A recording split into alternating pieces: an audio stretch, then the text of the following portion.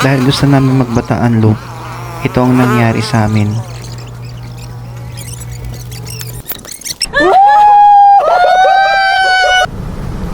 After shift, nagbiyahe na nga kami papuntang Bataan yan.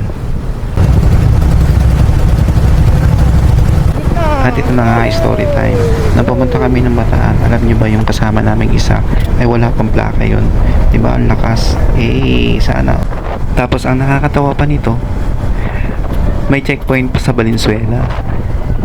Pero syempre, malakas siya. Nakalusot. Diba? Lupet. At yun na nga, nandito na kami sa Maribeles. So wala pang kain yan. Joke lang. May stopover kami pero hindi ko na na-video yan. Syempre, relax time.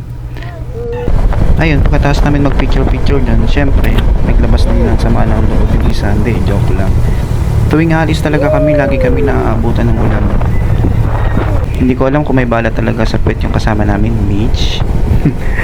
Dahil dyan, music, pasok.